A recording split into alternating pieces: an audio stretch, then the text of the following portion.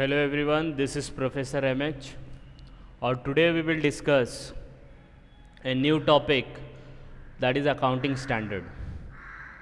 तो accounting standard क्या होता है, कितने अकाउंटिंग स्टैंडर्ड्स हैं, अकाउंटिंग स्टैंडर्ड को हम लोग ने क्यों लेके आया है, उसका प्रैक्टिकल एप्लीकेशन क्या है, दैट वी विल सी.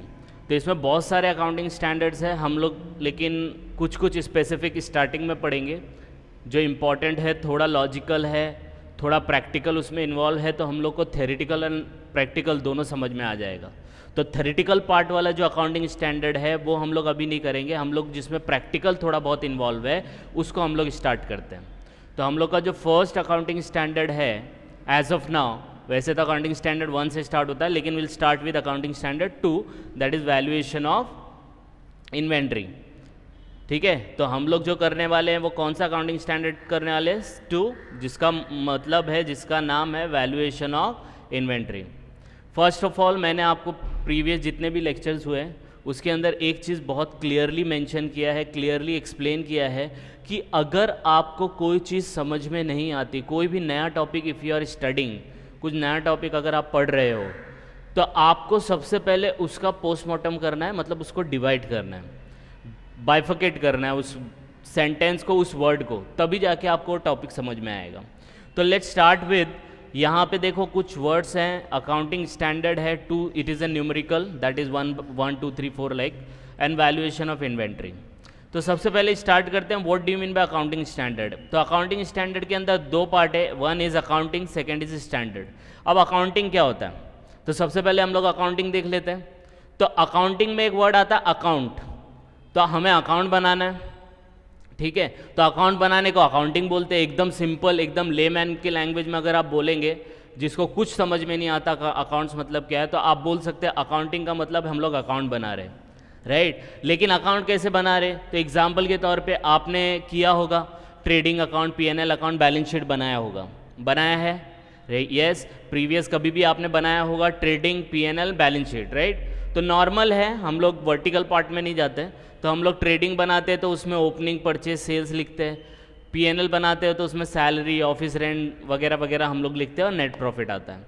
तो ये तो उसका नॉर्मल क्या है, फॉर्मेट है.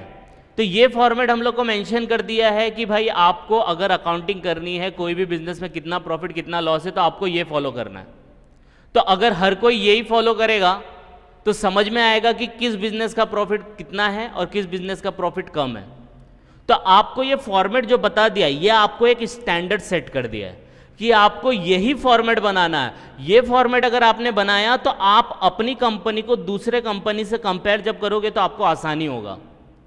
आई बात समझ में. तो अकाउंट और अकाउंटिंग का मतलब क्या है, you are recording the transaction, आप ट्रांजैक्शन रिकॉर्ड कर रहे हो, लेकिन वो कैसे रिकॉर्ड करना है, उसका एक प्रॉपर फॉर्मेट होना चाहिए, उसका एक प्रॉपर स्टैंडर्ड होना चाहिए. क्योंकि हर कोई एक सिमिलर बिजनेस करता हो. जैसे एग्जांपल के तौर पे बैंकिंग बिजनेस में लोग, बैंकिंग बिजनेस में, अब बैंकिंग बिजनेस में बैंकिंग का फाइनल अकाउंट बना रहे. एग्जांपल दे रहा हूं आपको, अनऑफिशियल तरीके से समझा रहा हूं तो समझ में आएगा. बैंकिंग कंपनी में बहुत सारी कंपनी है, अगर हर कोई अपना फॉर्मेट बनाएगा तो हमें बैंक को कंपेयर करने में थोड़ा प्रॉब्लम आएगा. तो बैंकिंग वाले ने एक फॉर्मेट दे दिया कि भाई बैंक अगर आप रन कर रहे हो तो you have to follow this format. What is that, that format is standard. वो स्टैंडर्ड आप फॉलो करोगे तो आपका अकाउंटिंग प्रॉपर होगा. अकाउंटिंग प्रॉपर होगा तो आप है ना दूसरे के साथ अपना कंपैरिजन कर सकते हो और फाइंड आउट कर सकते हो कि क्या प्रॉब्लम है. आई बात समझ में. तो दैट इज स्टैंडर्ड. तो अकाउंटिंग स्टैंडर्ड, जब आप अकाउंटिंग करते हो और अकाउंटिंग के अंदर आप कोई स्टैंडर्ड फॉलो करते हो, मतलब यही स्टैंडर्ड हर किसी को फॉलो करना है, जिससे क्या होगा, हर एक कोई भी अकाउंट बनाएगा तो उसमें सिमिलैरिटी आएंगी. सिमिलैरिटी आएंगी तो आप कंपेयर कर पाओगे, हाँ ये बंदा अच्छा परफॉर्म कर रहा है, ये बंदा बेकार परफॉर्म कर रहा है. आई बात समझ में. तो अकाउंटिंग मतलब आप अपनी ट्रांजैक्शन को रिकॉर्ड कर रहे हो, और स्टैंडर्ड मतलब उसका फॉर्मेट. तो यहाँ पे अकाउंटिंग स्टैंडर्ड का मतलब ये है कि उन्होंने एक आपको फॉर्मेट टाइप में दे दिया है, that you have to follow. अब सब वही फॉलो करेंगे तो आपके अंदर सिमिलैरिटीज आएंगी, तो आपको उसको चेक करने में, कंपेयर करने में, उसमें डिफरेंसेस क्या है वो करने में आपको आसानी हो जाएगी. और आप हर चीज़ को कैसे, अभी जैसे एग्जाम्पल के तौर पे कोई बैंक स्टार्ट किया, जो पुराना बैंक है उसको पता है ये फॉर्मेट है. अब जो नया बैंक आया वो अपना अकाउंट कैसे बनाएगा, तो उसको फॉलो करना पड़ेगा ना कि गवर्नमेंट ने क्या फॉर्मेट दिया है, क्या स्टैंडर्ड दिया है, तो वो भी उस फॉर्मेट से बनाएगा। तो फर्स्ट ईयर भी उसका अकाउंट उसी तरीके से बनेगा जैसे पुराने बैंक वाले बनाते हैं। तो हम कंपेयर कर पाएंगे कि नया बैंक का परफॉर्मेंस क्या है as compared to old bank. तो अकाउंटिंग स्टैंडर्ड का यहाँ मतलब होता है कि आप कोई स्पेसिफिक फॉर्मेट फॉलो करते हो, वो फॉर्मेट आप अकाउंटिंग में डालते हो, जिससे क्या होता है सिमिलैरिटीज़ आती हैं। आई बात समझ में? तो this is all about the accounting standard. तो अगर इसको सम अप करें एक लाइन में, तो अकाउंटिंग स्टैंडर्ड एक चीज़ होता है, एक फॉर्मेट होता है, एक बेंचमार्क देते हैं, उस बेंचमार्क को, उस स्टैंडर्ड को आपको फॉलो करना पड़ता है। फॉलो इसलिए किया जाता है कि प्रॉब्लम ना हो, कन्फ्यूजन ना हो कि कैसे इस चीज़ को करना है। आई बात समझ में? तो अकाउंटिंग स्टैंडर्ड इसलिए इशू किया गया है। अब ये अकाउंटिंग स्टैंडर्ड यहाँ पे बहुत सारे हैं, लेकिन हम लोग स्टार्ट किससे करेंगे? 2 से। अकाउंटिंग स्टैंडर्ड 2 बोलता है वैल्यूएशन ऑफ इन्वेंट्री। इन्वेंट्री का मतलब क्या होता है? स्टॉक। तो स्टॉक को आपको क्या करना है? वैल्यू करना है। तो हम लोग को अब अकाउंटिंग स्टैंडर्ड 2 जो सीख रहे हैं that is valuation of inventory. तो स्टार्ट करते हैं। तो this is about the basic concept. अब हर कोई जो भी बिजनेस स्टॉक में डील करता होगा तो उसको ये स्टैंडर्ड फॉलो करना पड़ेगा। आई बात समझ में? हाँ, यस और नो? कोई ट्रेडिंग करता है, कोई मैन्युफैक्चर करता है, कुछ भी करता है, कोई प्रोडक्ट बनाता है, तो उसको ये वैल्यूएशन, ये स्टैंडर्ड फॉलो करना पड़ेगा। ठीक है, तो स्टार्ट करते हैं इसका मीनिंग पार्ट से। सबसे पहले अगर इसका बेयर एक्ट पढ़ना है आपको कि कहाँ से इसका रेफरेंस लिया गया है, तो आप ये वेबसाइट पे जा सकते हैं और वेबसाइट पे जाके आप अपने आप को मतलब और अच्छे से इसको पढ़ के समझ सकते हो। ठीक है, स्टार्ट करते हैं। फर्स्ट मीनिंग जो दिया है, accounting standard to provide guidance. Guidance देता है कि व्हेन टू प्रिपेयर, जब हम फाइनेंशियल स्टेटमेंट बनाते हैं तो स्टॉक का वैल्यू कितना लेना है और कौन सा फॉर्मूला यूज़ किया है cost of inventory find out करने में। तो ये अच्छा हो गया ना, हर कोई वैल्यू अपने हिसाब से प्रेजेंट कर रहा था अपने बैलेंस शीट में। एग्जाम्पल के तौर पे हर कोई अपनी तरीके से प्रेजेंट कर रहा था स्टॉक का वैल्यू अपने बैलेंस शीट में। गवर्नमेंट ने बोल दिया, ICAI ने बोल दिया कि भाई आपको ये फॉलो करना है, ये फॉलो करना है, इसके हिसाब से आपको क्या वैल्यू दिखानी है, कौन सा फॉर्मूला यूज़ करना है कॉस्ट ऑफ इन्वेंट्री दिखाने के लिए, हम लोग ने बता दिया। तो that you have to follow. तो इन्वेंट्री का वैल्यूएशन बैलेंस शीट में कैसे करना है, वैल्यू कौन सी दिखानी है, और ये वैल्यू आप किस फॉर्मूले के हिसाब से निकालोगे, इसके लिए अकाउंटिंग स्टैंडर्ड 2 लेके आया है। आई बात समझ में? यस और no? Next, as per AS2 inventory include the following asset. अब इसके अंदर कौन कौन से स्टॉक आपको लेने हैं, इन्वेंट्री लेनी है। ठीक है, तो सबसे पहले जस्ट अ मिनट,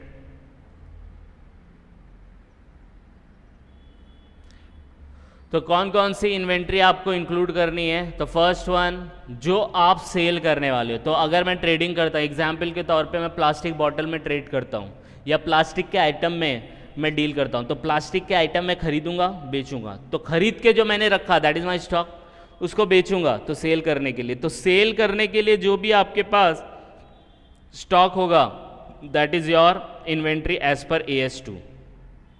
तो आप जिसमें ट्रेडिंग कर रहे हो, आप फर्नीचर में ट्रेड कर रहे हो तो furniture would be your inventories. आप केमिकल में यूज़ कर रहे हो, केमिकल में डील कर रहे हो, सेल परचेज कर रहे हो, तो chemical would be your inventory. जो आप बेचने के लिए रखते हो ट्रेडिंग एक्टिविटी के लिए, वो आपकी इन्वेंट्री बन जाएगी। आई बात समझ में? यस और नो? दूसरा, आप ट्रेडिंग नहीं करते हो, आप प्रोडक्शन करते हो। तो समझो आपको फर्नीचर बनाना है, तो फर्नीचर बनाने के लिए आपको वुड चाहिए, लकड़ी चाहिए, टिम्बर चाहिए, राइट?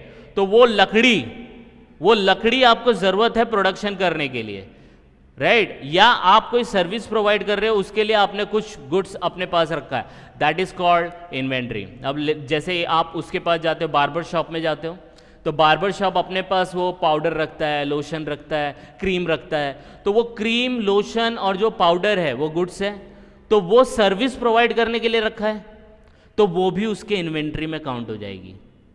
आई बात समझ में? तो कोई भी चीज़ आप सेल करने के लिए रखते हो या कोई भी चीज़ आप अपने पास कोई चीज़ प्रोडक्शन करने के लिए या सर्विस प्रोवाइड करने के लिए रखते हो, फर्स्ट प्रोड्यूस करते हो फिर सेल करते हो, तो आप समझ जाना वो आपके इन्वेंट्री में काउंट हो जाएगा। आई बात समझ में? अब इसके कुछ एग्जाम्पल देखेंगे आप इन्वेंट्री का तो समझ में आ जाएगा। तो एग्जाम्पल ऑफ इन्वेंट्री मतलब जैसे रॉ मटेरियल हो गया, WIP हो गया, फिनिश गुड्स हो गया, फिर कंज्यूमेबल छोटा छोटा आइटम रहता है जो आप मतलब उसी दौरान पे मतलब यूज़ हो जाता है। जैसे एग्जांपल के तौर पे आप कोई चीज़ मैन्युफैक्चर कर रहे हो तो मशीन के अंदर ऑयल लगता है, तो वो ऑयल आपको कंज्यूम करना पड़ेगा ना, क्योंकि ऑयल मशीन में डालते रहेंगे तो मशीन स्मूथली चलती रहेगी। That is your consumables. फिर मेंटेनेंस मटेरियल, मेंटेन करने के लिए मशीनरी को या जो भी चीज़ आप प्रोडक्शन कर रहे हो, जो भी कर रहे हो उसको मेंटेन करने के लिए जो भी आपके पास मटेरियल है, that is your example of inventories. आई बस समझ में। एग्जाम्पल देता हूँ मेंटेनेंस का। जैसे एग्जाम्पल के तौर पे आपका ऑफिस है, कोई भी चीज़ का ऑफिस है, आप ट्रेडिंग करते हो, फर्नीचर में ट्रेड करते हो, एग्जाम्पल बोल रहा हूँ, तो फर्नीचर का वो आपको पूरा जो गोडाउन टाइप में है, जो गाला टाइप में, उसको मेंटेन करने के लिए वो एकदम हाइजीनिक कंडीशन में हो, कुछ यहाँ पे बग वग कुछ मतलब उसके अंदर दीमक नहीं आ जाए या कुछ नहीं, उसके लिए आप केमिकल यूज़ करते हो। वो केमिकल आप वो चीज़ को, एरिया को मेंटेन करने के लिए करते हो। तो वो जो चीज़ आप यूज़ कर रहे हो, मटेरियल जो आप यूज़ कर रहे हो, वो भी आपके इन्वेंट्री में काउंट हो जाएगा। तो ये सब चीज़ें आपको इन्वेंट्री में एज पर AS2 मेंटेन करनी है।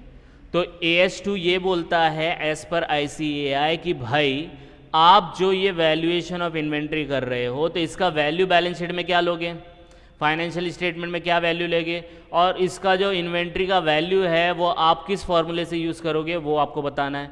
तो ये AS2 में बताया गया है। AS2 के हिसाब से क्या क्या स्टॉक आएगा जो आप सेल करने के लिए यूज़ करते हो, जो आप चीज़ प्रोडक्शन और सर्विस प्रोवाइड करने के लिए करते हो, वो इन्वेंट्री में आएगा। और ये इसके कुछ एग्जाम्पल हैं। आई होप आपको समझ में आया होगा ये, यस और no. Next, following are not part of AS2। तो ICAI ने बोला है, MC की वेबसाइट पे बोला गया है कि आपको जब AS2 फॉलो कर रहे वैल्यूएशन ऑफ इन्वेंट्री, तो आपको ये चीज़ों को इन्वेंट्री के अंदर नहीं लेना है। ये चीज़ को इन्वेंट्री के अंदर नहीं लेना है। क्या नहीं लेना है? पहला, VIP मतलब WIP sorry, under construction contract. Construction होता है जैसे बिल्डिंग का हो रहा है, तो उसके अंदर जो अंडर कंस्ट्रक्शन है वो आपके AS2 वैल्यूएशन ऑफ इन्वेंट्री में नहीं आएगा। आई बात समझ में। तो कंस्ट्रक्शन कॉन्ट्रैक्ट में जो भी अंडर कंस्ट्रक्शन रहेगा वो आपके वैल्यूएशन ऑफ इन्वेंट्री में नहीं आएगा। दूसरा, WIP of service provider. Service provider जो भी सर्विस देता है उसके अंदर जो भी इसका WIP होगा, that will also not part of valuation of inventory. Next, shares, debenture, financial instruments are held as stock in trade. ये सब भी आप वैल्यूएशन ऑफ इन्वेंट्री AS2 के हिसाब से इसका डीलिंग नहीं करोगे। तो AS2 में कंस्ट्रक्शन कॉन्ट्रैक्ट के WIP, सर्विस प्रोवाइडर के WIP, shares, debenture and financial instrument, इनके WIP, इनको आपको वैल्यूएशन करने के लिए AS2 फॉलो नहीं करना है। आई बात समझ में। Next, inventory of life stock. जैसे आप कोई प्रोड्यूसर कंपनी फॉलो कर रहे हो, प्रोड्यूसर कंपनी चलाते हो, तो उसमें आपको बैल, गाय, भैंस, बकरी जो भी है आपका लाइफ स्टॉक, एग्रीकल्चर और फॉरेस्ट प्रोड्यूस है, मिनरल ऑयल है, ओर्स है, गैसेस हैं, ये सब आप AS2 के हिसाब से फॉलो नहीं करोगे। इनका अलग होता है, हम लोग को AS2 में इनको नहीं लेना है। तो आपको सिर्फ नाम याद रखना है कि AS2 में हम लोग को raw material, WIP, finish goods, consumable material, maintenance material लेना है, लेकिन उनके अंदर भी ये चीज़ें नहीं लेनी है। आई बात समझ में। तो this is all about valuation of inventory which are not part of AS2। Next part में हम लोग देखेंगे कि भाई इसको मेजरमेंट कैसे करते हैं। तो मेजर करने के लिए इन्वेंट्री इज़ वेरी सिंपल। आपने देखो 12th में किया होगा, फाइनल अकाउंट किया होगा, तो 12th के फाइनल अकाउंट में एक फर्स्ट एडजस्टमेंट जो आता है मोस्ट इंपॉर्टेंट, स्टॉक ऑन 31 मार्च, और उसका मार्केट वैल्यू भी दिया रहता है, कॉस्ट वैल्यू भी दिया रहता है। पढ़ा है? पहला फर्स्ट एडजस्टमेंट आता है। फर्स्ट एडजस्टमेंट आता है कॉस्ट ऑफ स्टॉक। स्टॉक का कॉस्ट दिया रहेगा 10,000, मार्केट वैल्यू दिया रहेगा 12,000। तो विच एवर इस क्या लेते थे हम लोग? दोनों में से कौन सा लेते थे? जो छोटा रहता था वो लेते थे। वही याद रखना है। तो यहाँ पे भी AS2 में वही बोलता है कि जो भी वैल्यू रहेगा उसका छोटा लेने का। तो inventory should be valued at lower of cost, जो उसका कॉस्ट होगा, या NRV, नेट रियलाइजेबल वैल्यू। दोनों में से जो भी छोटा वैल्यू रहेगा that would be your inventory का मेजरमेंट। आई बात समझ में। तो मेजर करेंगे इन्वेंट्री का तो कॉस्ट और एनआरवी विचएवर इज लेस लेना है, लोअर लेना है। अब इसमें ये कॉस्ट मतलब क्या है, तो कॉस्ट का मतलब होता है कि जो मटेरियल आपके पास है उसका परचेज करने का खर्चा, उसका परचेज करने का खर्चा, उसको कन्वर्ट करने का खर्चा, मतलब जो भी आप रॉ मटेरियल से फिनिश गुड्स में कन्वर्ट करते हो उसका खर्चा, cost of bringing inventory to present location, कहीं और रखा है इन्वेंट्री उसको अपने प्रेजेंट लोकेशन और कंडीशन में लाने के लिए तो अदर कॉस्ट इसको इंक्लूड करने का, तो वो सब कॉस्ट में इंक्लूड होगा। एक एक करके एक्सप्लेन किया है, देखो पहले एनआरवी का मतलब समझ लेते हैं, फिर ये एक एक करके कॉस्ट ऑफ परचेज क्या होता है, कॉस्ट ऑफ इन्वेंट्री क्या होता है, कॉस्ट ऑफ कन्वर्जन क्या होता है और अदर कॉस्ट क्या होता है। तो फर्स्ट ऑफ ऑल एनआरवी मतलब क्या, तो एनआरवी का मतलब होता है जो भी सेलिंग प्राइस आप मार्केट में अवेलेबल है, तो कोई भी चीज़ को आप मार्केट में बेचने जाते हो, समझो 100 रुपये का बिक रहा है एग्जाम्पल के तौर पे, अभी जैसे आईफोन नया आया, आईफोन 13 आया, राइट, उसका वैल्यू है एकदम लोवेस्ट वैल्यू है 70,000, राइट, तो 70,000 आप वो बेच रहे हो, अगर आप if you are a trader तो आप बेच रहे हो तो मार्केट में वैल्यू क्या रहेगी उसकी 70,000। अब उसका लेस करने का कि उसको बेचने का जो भी खर्चा होगा, सेलिंग और कंप्लीशन कॉस्ट जो भी होगा उसका सेलिंग से रिलेटेड खर्चा वो माइनस कर देने का, तो आपको नेट रियलाइजेबल वैल्यू आएगा। नाम से ही पता चल रहा है ना, नेट रियलाइजेबल वैल्यू, कितना रियलाइज हो सकता है। तो 70,000 का मोबाइल बिकेगा लेकिन उसके ऊपर 2,000 हम लोग को सेलिंग खर्चा देना पड़ता है, मतलब 68,000 इज़ द एनआरवी। आई बात समझ में। तो हम लोग को मेजरमेंट करना है इन्वेंट्री का लोअर ऑफ कॉस्ट और नेट रियलाइजेबल वैल्यू, और नेट रियलाइजेबल वैल्यू बोलता है कि जो भी सेलिंग प्राइस है मार्केट में उसमें से सेलिंग खर्चा माइनस करो, दैट इज़ योर एनआरवी। समझ में आया, यस और नो। नेक्स्ट अभी ये देख लेते हैं कॉस्ट ऑफ परचेज क्या होता है। तो एकदम सिंपल है, कॉस्ट ऑफ परचेज मतलब cost of purchasing the product, product को परचेज करने का जो भी खर्चा है after adjustment of duty, taxes, discount, rebate, any duty drawback, कुछ डिस्काउंट मिला, ड्यूटी टैक्सेस पे किया, उसको एडजस्ट करने के बाद जो भी खर्चा आएगा that is the cost of purchase. जैसे एग्जांपल के तौर पे आपने 10,000 का कोई माल खरीदा, राइट, तो आपने बोला सर हम लोग तो 10,000 का माल खरीद रहे तो कुछ डिस्काउंट दो, तो बोला ठीक है चलो 10,000 की चीज़ 9,500 में लेके जाओ, तो उसका जो एक्चुअल कॉस्ट ऑफ परचेज होगा वो 9,500 होगा, डिस्काउंट मिल रहा है। आई इस बात समझ में। 10,000 का वो बोला कि माल बेच रहा हूँ मैं, बोला ठीक है, बोला सर टैक्स अलग से लगेगा, बोला कितना, बोला 10%, तो 10,000 का 10% 1,000 तो कितना हो गया 11, तो आपको 11 पे करना पड़ेगा, तो 11,000 is the cost of purchase. समझ में आई बात। तो ये सब एडजस्टमेंट करने के बाद जो भी आएगा that is the cost of purchase. Next cost of conversion, conversion नाम से ही पता चल रहा है कन्वर्ट कर रहा है, तो कन्वर्ट करने में जो भी खर्चा होगा, मतलब आप कच्चा माल डालोगे तभी तो फिनिश गुड्स बनेगा ना, कोई भी चीज़ में कच्चा माल ही डालना पड़ता है तभी वो प्रोडक्ट बनता है, राइट। आप कोई भी चीज़ ले लो, आप फर्नीचर बना रहे हो तो फर्नीचर का कच्चा माल क्या है, टिम्बर है, लकड़ी है ना, वो सब आप रॉ मटेरियल डालोगे, फिर उसको कन्वर्ट करने के लिए लेबर चार्जेस दोगे कि भाई इसको ठोको यहाँ वहाँ से, राइट, तो वो लेबर चार्जेस जो होगा that is the conversion cost, तो वो भी उसके अंदर इंक्लूड हो जाएगा। आई बात समझ में। And last one other cost is the cost of design, borrowing cost. Cost of design तो समझ में आता है, ये आपके प्रोडक्ट के कॉस्ट में इंक्लूड हो जाएगा। बोरोइंग कॉस्ट इंक्लूड नहीं होता लेकिन कभी कभी इंक्लूड हो जाता है अगर प्रोडक्ट को बनने में थोड़ा टाइम लगता है तो अगर प्रोडक्ट टेक्स लॉन्गर टाइम तो आपको बोरोइंग कॉस्ट को भी अदर कॉस्ट में इंक्लूड करना है, अदरवाइज बोरोइंग कॉस्ट को इग्नोर करते हैं। आई बात समझ में, यस और नो, समझ में आया। तो this is all about measurement of inventory. अब लास्ट इसका जो पॉइंट है, टॉपिक है, that is exclusion from cost of inventory. जब आप cost of inventory find out करोगे तो उसके अंदर ये चीज़ें नहीं लेने का। कौन कौन सी चीज़ें?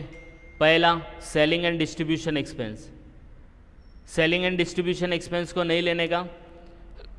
ऑफिस रिलेटेड कोई भी खर्चा है वो नहीं लेने का, ये तो नॉर्मल है, ये प्रोडक्ट बनाने में कहाँ यूज़ होता है। दूसरा स्टोरेज कॉस्ट, स्टोरेज कॉस्ट कभी कभी लेते हैं कभी कभी नहीं लेते। अगर कंपलसरी है उसको स्टोर करके रखना पड़ता है, जैसे केमिकल इंडस्ट्री में हो, केमिकल बना रहे हो तो केमिकल को स्टोर करके रखना पड़ेगा, तो अगर कंपलसरी है तो कॉस्ट ऑफ इन्वेंट्री, कंपलसरी नहीं है तो इंक्लूड नहीं करने का। नेक्स्ट है एबनॉर्मल वेस्टेज, कुछ वेस्टेज हो गया, वेस्टेज इज अलाउड लेकिन एबनॉर्मल वेस्टेज कर रहे हो तो that is not allowed. This is all about valuation of inventory. तो ये 4 चीज़ें आपको याद रखनी है, कॉस्ट ऑफ इन्वेंट्री में नहीं आता है। तो आपको समझ में आया। पहले हम लोग ने देखा अकाउंटिंग स्टैंडर्ड, उसका मीनिंग, फिर हम लोग ने स्टार्ट किया accounting standard 2, that is valuation of inventory, और उसके बहुत सारे पॉइंट हम लोग ने देखे, थोड़ा थोड़ा करके देखा। आप इसको 1-2 बार गो थ्रू करो, कुछ डाउट आएगा तो please comment, and please like and subscribe for more videos. Thank you.